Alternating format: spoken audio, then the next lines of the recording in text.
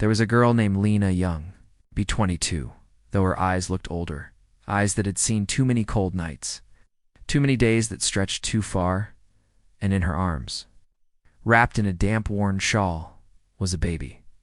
Her baby. The only warmth she had left in the world. It was raining. Hot. Not the kind of rain that comes and goes, but the kind that settles in. Slow, heavy, endless. Lena stood on the sidewalk beside a lamppost, her thin figure trembling beneath an oversized coat. She didn't move much, didn't call out, she just held the baby closer, rocking gently, as if the rhythm might keep them both from disappearing. A cardboard sign sat at her feet, wet, fragile. The words had smudged in the rain. "Please help, baby is cold." People passed. They always did. Umbrellas clicked open, boots splashed past, and Lena became part of the background noise of the city, just another shadow in the storm, till a black car pulled up at the red light. And inside that car sat a man. His name was Alexander Grayson, dictate to wealth, 2 towering glass buildings, 2 boardrooms filled with silence and decisions. But right then, he was just a man, watching a girl with a baby. In the rain, he didn't know why he looked. He never did. His world ran on precision. His days measured in spreadsheets and meetings. His heart well, that was a thing he hadn't heard from in years. But something about Lena. Maybe it was the way she bent around the child, curving her body like a shelter, or the way her eyes held no anger, just tiredness, and a quiet, stubborn kind of hope. Alexander watched her. As the wipers moved in slow rhythm across the glass, the city lights reflected in puddles. And Lena looked almost like a painting watercolor bleeding at the edges. The light turned green, but his world didn't move. He stared, and then he did. Something had never done in all his years of passing by. He opened the car door, stepped out into the rain, and Lena froze. Her fingers tightened on the baby, her breath catching in her chest. She wasn't afraid, just unsure. People didn't stop for her, especially not people. Like him, Alexander took a step closer. The rain had already soaked through his coat, but he didn't seem to notice. "I have a house," he said gently. His voice was calm, low, almost quiet enough to be lost in the storm. "I'm leaving the city tonight. It's empty, and it's warm. You can stay as long as you need." "No questions." Lena blinked, her eyes searching his for cruelty, for tricks, for anything she'd learned to expect from strangers, but she found none, only a kind of distant sadness and a key held out in his open palm. She didn't take it right away. Of course not. She didn't trust easily. But something in his stillness, in the way he stood, not demanding, not pushing, just waiting, made her reach forward. She took the key. Her fingers brushed his. They were ice. Alexander nodded once. "I wrote the address on the tag." He said, "There's food in the pantry. Close upstairs, the heat's on. You and the baby will be okay." He turned to go, and Lena for a moment almost called out, not to stop him, but to say thank you. The words rose in her throat, then caught there. She was too tired, so instead she whispered them to the baby as the car pulled away. "We're okay. Now," she said, "we're going to be okay." And as the rain softened into mist, Lena began to walk, with a key in her hand, and a baby in her arms, and a door waiting. Somewhere warm. The key was heavier than she expected, smooth and cold against her skin. Lena kept her fingers wrapped around it tightly, as if it might vanish, if she let go. She walked slowly. Her shoes, soaked through, made quiet squishing sounds with every step, but she didn't notice anymore. All she could feel was the weight in her arms, and the smallest flicker of warmth in her chest. A home. She was walking toward a home, not a shelter, not a bench beneath an awning, not a stairwell at the back. A real house, with a roof that didn't leak, and maybe walls that didn't echo with loneliness. The baby blistered softly in her arms, his tiny face brushed against her collarbone. Lena kissed the top of his damp hair. "You'll be warm soon, baby," she whispered, rocking as she walked. "We're almost there." The address was written on a small leather tag looped around the key ring. 278 Riverside Terrace. Lena had never been on Riverside. She'd only seen it once when she wandered too far out of the subway grind, stumbled into a row of gated homes lined with trees and iron lanterns. She remembered thinking how strange it'd waste. Some places could smell like fresh wooden, quiet fireplaces. Even in the middle of a storm, it took her 40 minutes on foot, every step slower than the last. Her legs ached, her back throbbed. But the thought of stopping never occurred to her when she finally reached the address. Lena stood still for a moment and just looked. The house was tall, a townhouse, but wide old brick ivy crawling along one side, with deep windows that held warm yellow light like candle. Flames behind glass. There was no car in the driveway. No movement behind the curtains. Just stillness. Safe stillness. Lena stepped forward. Her hand trembled as she fit the key into the lock. For a breath, her heart beat so loudly she thought it might wake Eli. Then the door clicked. It opened. The warmth was instant, soft and golden, like walking into a memory. The hallway smelled faintly of cedar and clean linen. The lights were dim, low enough to feel gentle, high enough to guide her forward. Lena stepped inside and closed the door behind her. The rain became a muffled hush, just a distant hum, as if the house had its own heartbeat. Calm and quiet, she didn't move right away. She stood there, soaked, still holding Eli, staring at the space around her. She hadn't been in a real home in months, maybe longer. There was a mirror by the entry. She caught her reflection by accident, and she winced. Her face was pale, her lips blue at the corners, hair clinging to her forehead, eyes red from the wind and cold. She looked so tired. Lena looked down at Elia's tiny fists curled into her sweater and whispered, "We made it." Then slowly she wandered forward. The living room opened like a soft sigh. Cream-colored sofas, a fireplace not lit, but stacked neatly. With wood, books lined the walls, not just place-loved. On a side table sat a ceramic lamp, casting light like moonshine across the room. And on the dining table, a note written in clean, careful script. "Eat, rest, use anything you need. I'll be gone for 3 nights. You're safe here, AG." Lena stared at the note until her eyes blurred with tears. Then she turned toward the stairs. The second floor was quiet, warmer. There was a nursery and furnished, but painted in soft yellow as if someone once had plans. And there was a bedroom with a big bed, a bed with thick blankets and pillows that didn't smell like mildew or dust. Lena laid Eli down first. He didn't even wake, just shifted, his small lips parting with a breath that sounded like peace. Then she sat down beside him only. For a minute, she thought she'd rest her eyes just for a moment. But the house was warm, and the silence was kind. Sleep took her like a mother pulling a child gently into dreams. She didn't wake until morning, and in the morning, sunlight spilled across the bed like honey. Lena sat up slowly, her body stiff but warm for the first time in what felt like years. Eli was still sleeping, his hands open, his face soft. She got up quietly and explored the kitchen, and there it was, everything. Cereal, bread, milk, eggs, even a small tin of baby formula tucked into a cabinet Lena made. Breakfast with trembling hands, not from fear, but from disbelief. She stayed the whole day. She bathed, she fed. Eli in the armchair near the window, she read a book from the shelf one hand while holding him in the other. And that night, she lit the fireplace. She didn't know how to use it at first, but she figured it out, and the warmth made the walls seem closer, as if the house itself was wrapping its arms around them. For 3 days, she stayed, and for 3 days, Alexander did not return. And each night before she closed her eyes, Lena whispered to Eli, "I don't know why he gave us this, but I won't waste it."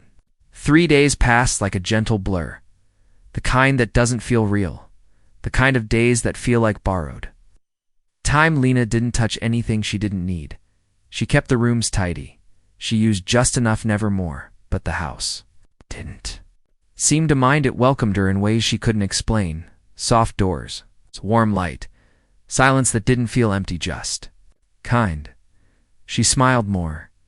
Not often, not loudly, but in small, fragile moments while watching Eli sleep, or hearing him laugh when she found an old wind-up toy in the guest room. It had been years since she'd heard his laugh echo off anything other than a concrete wall. On the fourth evening, as twilight stretched across the sky like soft indigo velvet, a black car pulled into the drive quietly, slowly, inside. The lights of the home still glowed, flickering behind the curtains, and Alexander Grayson sat motionless in the front seat, staring. He wasn't sure what he expected. Maybe silence, darkness, a note on the floor with the key. Abandoned. He told himself not to care. He told himself again and again. This wasn't about anything more than a momentary lapse. A strange act of charity. A passing storm of softness he'd allowed just this once. But something in his chest felt heavy. He stepped out of the car and walked toward the door. He opened it slowly and stopped. There was music playing softly upstairs. A lullaby, the kind played for tiny ears, meant to soothe small hearts. And in the living room, someone had folded the blankets he always left draped over the couch. His books had been returned in perfect alignment. The firewood by the hearth had been gently restacked. Everything was quiet.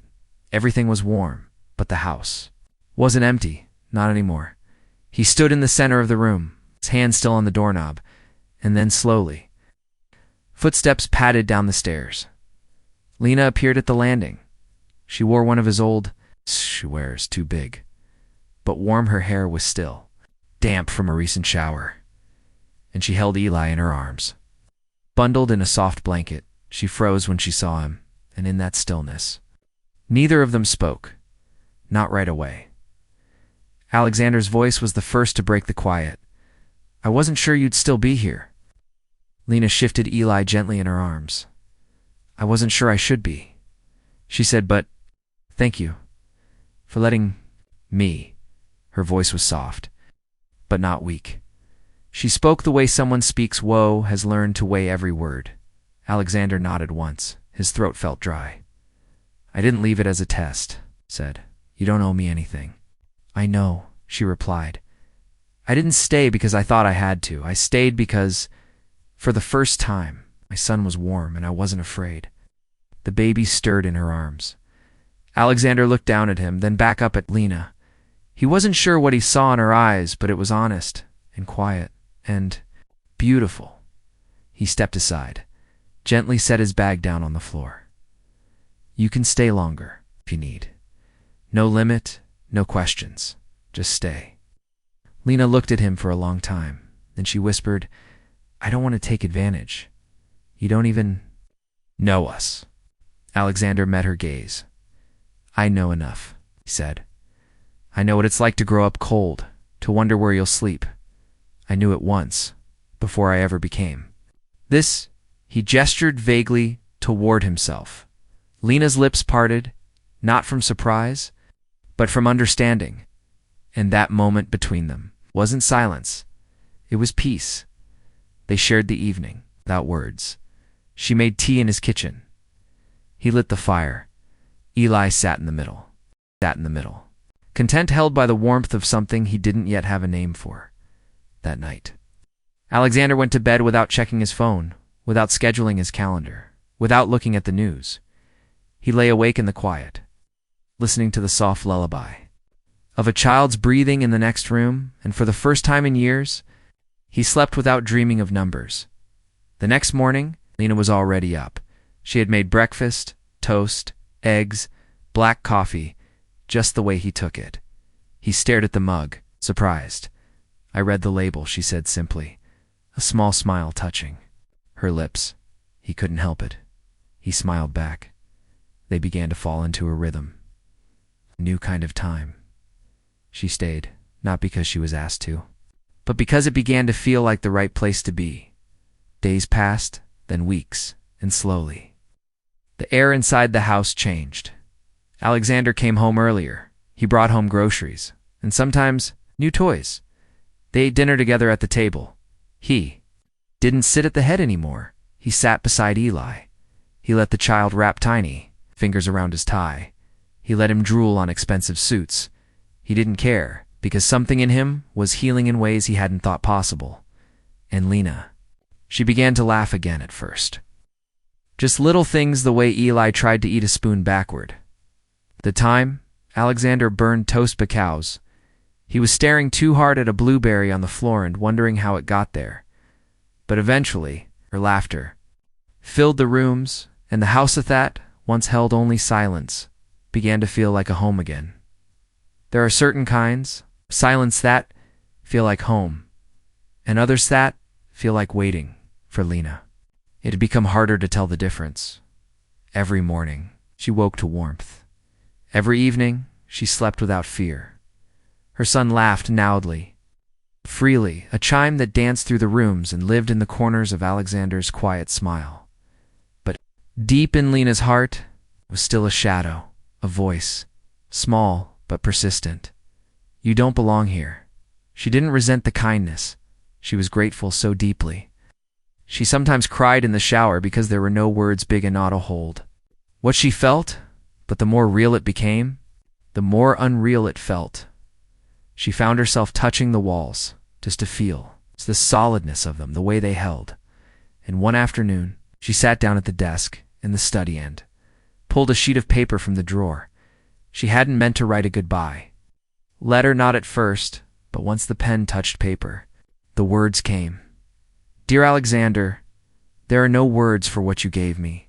Not just the shelter, not the food or warmth or clothes, but safety, dignity. You saw me when I felt invisible, but I don't want to live as someone who was saved. I want to live as someone who can stand. I'll take Eli and go before sunrise. Please don't think I'm ungrateful. I'm more thankful than I've ever been for anything in my life. You changed our story. But now I have to write the rest on my own, Lenoshi. Lena, she folded the paper slowly. Her hands trembled. She placed the letter on the kitchen table, then sat down beside it. Just to breathe. Just to feel the weight of the decision settling into her bones. Eli was asleep upstairs. The fire crackled in the hearth, and the night air outside was filled with drifting snow. It was the kind of evening that wrapped itself around you like a lullaby. Lena closed her eyes just for a moment. She didn't hear the door open, didn't hear the footsteps cross the floor, but she felt it, that soft shift in the air. When Alexander walked in and saw the letter, he didn't speak right away. He read it quietly, then looked across the room at the woman who had unknowingly stayed, just long enough for her goodbye to catch up with her. Lena, he said softly. She opened her eyes, and their gazes met like two people standing at the edge of a long, quiet bridge. I wasn't going to leave just yet, she whispered. Was going to go in the morning? Alexander nodded, then walked forward, picked up the letter, folded it again, and instead of holding it, he placed it into the fire. Lena sat up, startled, her voice caught. What are you? But Alexander just looked at her. His eyes were not angry, not even sad, just still and warm. I don't want you to go, he said. Her breath stilled in her throat. I don't want to be your rescue, he continued. I want to be your home. The words hung in the air like a thread of gold. Find, fragile, unbreakable. Lena single quotes, his hands moved to her lap, her fingers clutched the edge of her sleeve. I didn't know you felt that way. I didn't know I did either, he said quietly. Not until today. Not until I came home and found a letter that sounded like a door closing. He took a slow breath. I don't want that door to close. Not on me. Not on you. Not on Eli. Lena's eyes filled with tears, but she didn't look away. And Alexander.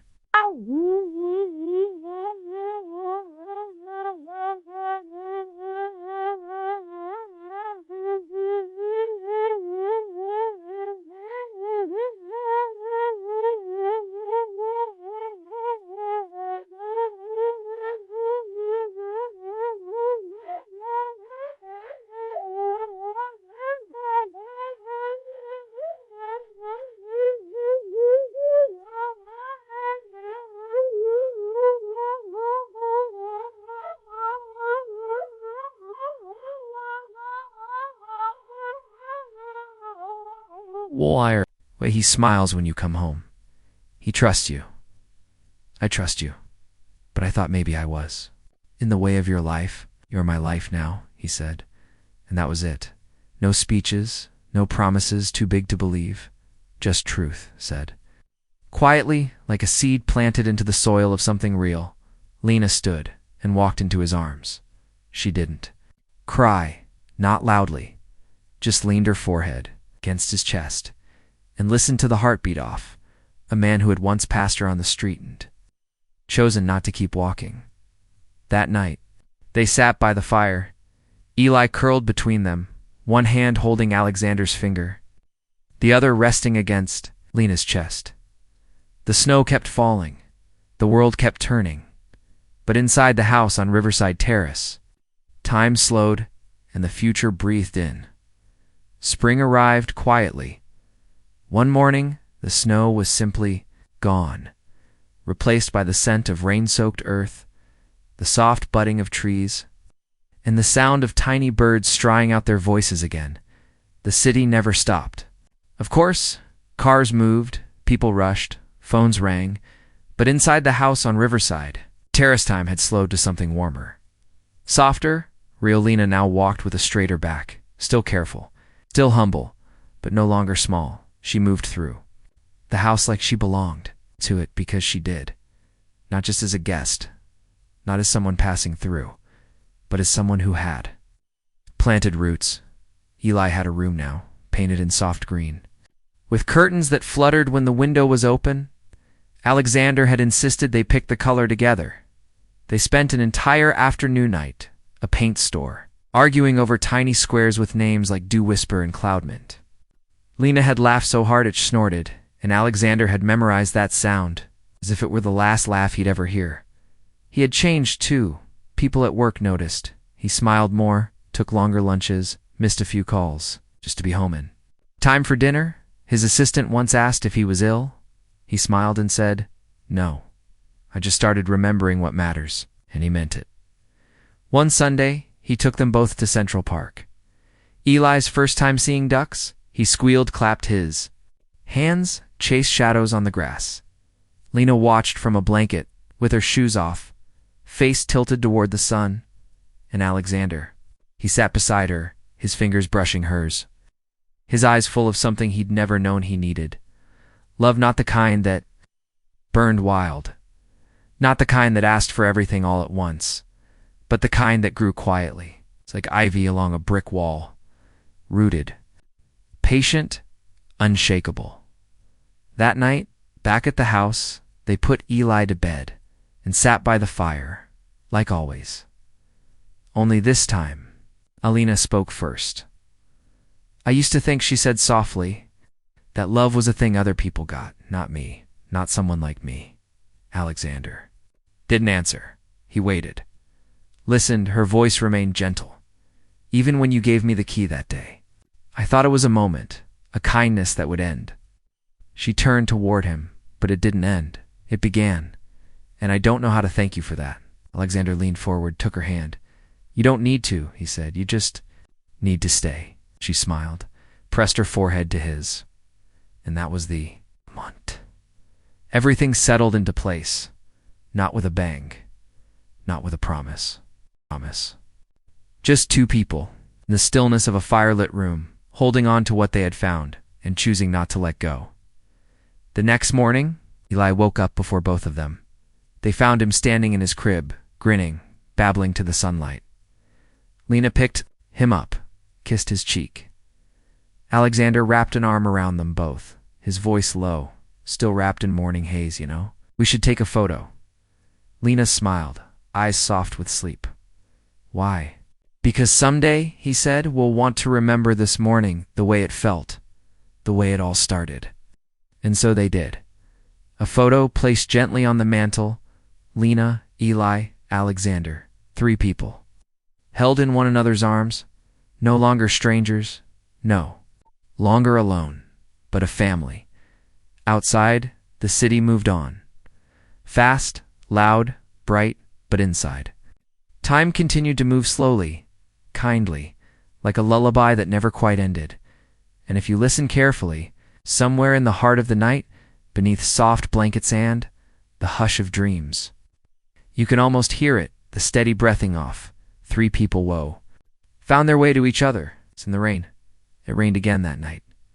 Not a storm, not thunder, just a gentle drizzle tapping softly on the windows of the house on Riverside Terrace. The kind of rain that doesn't interrupt. It whispers. It soothes.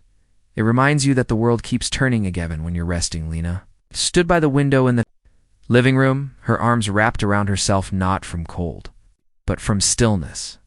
She watched the streetlights shimmer in the puddles, watched droplets gather along the edge of the glass and slide down slowly, like tiny, quiet thoughts. Behind her, the fireplace was glowing. The baby monitor gave off a soft hum-lie. Asleep, his dreams full of laughter and safety. And from the hallway, Alexander approached. Carrying 2 cups of tea, he handed one to her wordlessly. She took it, smiling at the warmth in her hands. They stood side by side, just looking, just listening. Funny, isn't it? That, Lena said softly, voice barely above the sound of the rain. What? Is that it started with a storm? You saw us in the rain, and now we're here, still listening to it? Alexander glanced toward the window, then back at her. I still remember that day, he murmured. The traffic light, the sign, the way you were holding him like he was your whole world. He is, she said quietly. Alexander nodded. Didn't know then, he whispered, but you were about to become mine, too. The rain grew steadier, not louder, just deeper, like it had settled into its own rhythm, just like they had. Later that night, after tea, after stories, after tucking Eli in again, Lena curled up on the couch with a book. Alexander joined her, resting his head on her shoulder. They didn't talk much anymore about what ifs or what was. They just were. And in that being, in that peace, there was something more powerful. Any rescue, any wealth, any grand gesture. There was trust and love and sleep that came gently. The kind of sleep that only visits those who feel safe. Known. And held, the rain kept falling long after the lights were turned off. But it wasn't a sound that disturbed. It was a sound that wrapped around the house, like a lullaby sung by the sky itself. And as the city quieted and the world outside dimmed, 3 hearts inside that home beat in rhythm dash, slow, steady, together. So if you're still awake, dear listener, maybe now is the time to breathe a little deeper, to let your shoulders soften, to remember that you are safe, you are warm, you are home even. If it's raining outside, the house inside you can still glow, and you can rest good night.